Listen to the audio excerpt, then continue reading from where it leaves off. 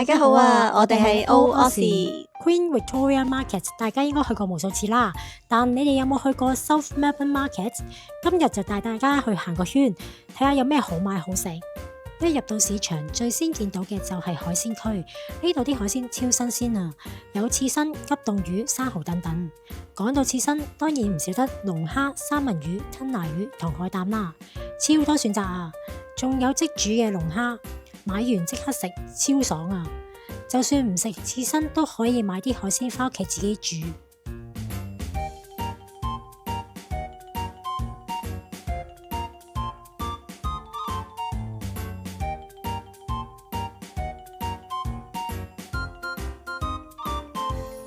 除咗海鮮，呢度仲有雞、鴨、牛、豬、羊，想煮咩菜式都可以喺呢度揾到啱嘅食材㗎。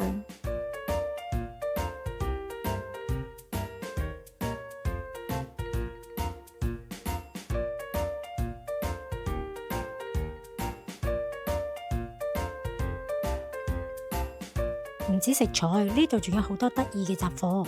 我哋見到有間賣帽嘅鋪頭，勁多唔同嘅款式，由紳士帽去到搞笑嘅帽都有，大家記得去睇下啦。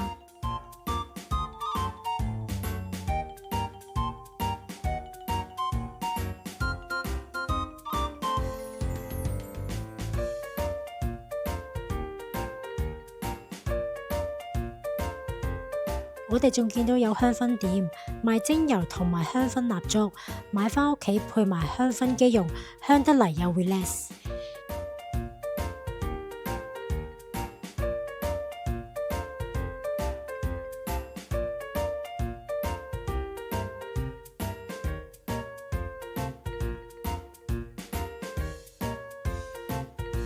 我哋喺 market 入邊見到有好多賣衫嘅鋪頭，有啲仲標榜自己係 handmade 添，價錢肯定比大批生產嘅貴，但係有興趣嘅朋友都可以去睇下㗎。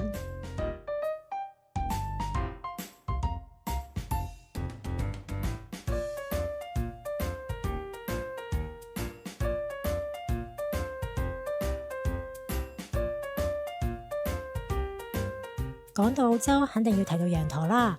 market 入面有賣羊駝毛嘅製成品，頸巾啊、帽同埋冷衫等等都有，摸上手超軟熟啊！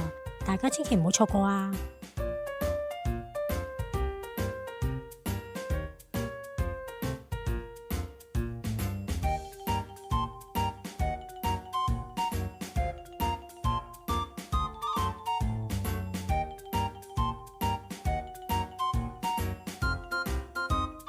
！market 入邊連寵物用品同廚具都有，寵物床啊、貓爬架啊、貓袋啊都有。有養寵物嘅朋友都可以去睇下。廚具方面真係沙煲罌罉都有啊！我母親大人就睇得好開心啦。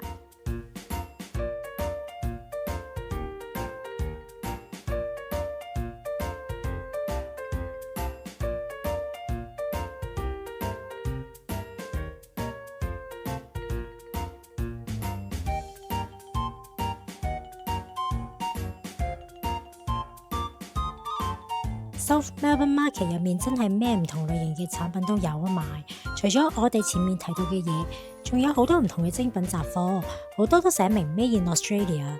如果大家煩惱買啲咩手信返香港送俾親戚朋友，又唔想買嘢食嘅話，真係可以嚟行下尋個寶㗎。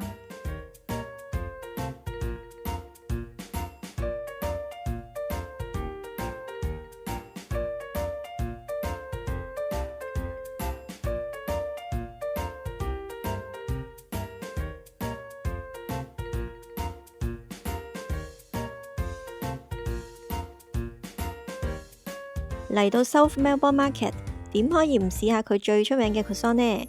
未到門口已經見到排晒長龍啊！我哋立即衝過去排隊，最後都等咗15分鐘先買到啊！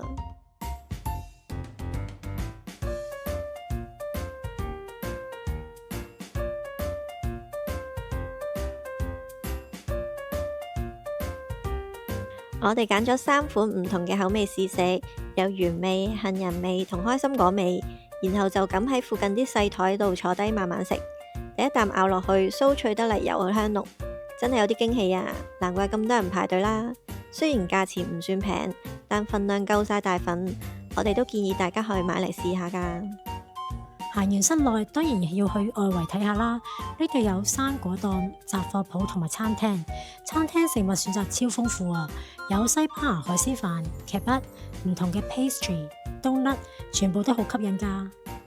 South Melbourne Market 整體面積冇 Queen Victoria Market 咁大，但係附近有充足嘅泊車位，開車嚟超方便啊。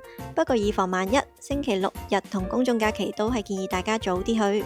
喺市中心嘅朋友可以直接搭電車去到 South Melbourne Station 落車，隔離就係啦。如果你嚟墨爾本旅行，想行下 Queen Victoria Market 以外嘅市場，可以嚟 South Melbourne Market 行下。我哋當日喺嗰度逗留咗2個鐘左右。如果你想慢慢行，食埋飯嘅話，建議大家最好預留半日時間。我哋今集就去到呢度啦。鍾意我哋條片嘅朋友，記得 comment、like、share 同 subscribe 我哋嘅 channel 啦。多謝大家收睇，我哋下集再見啦，拜拜。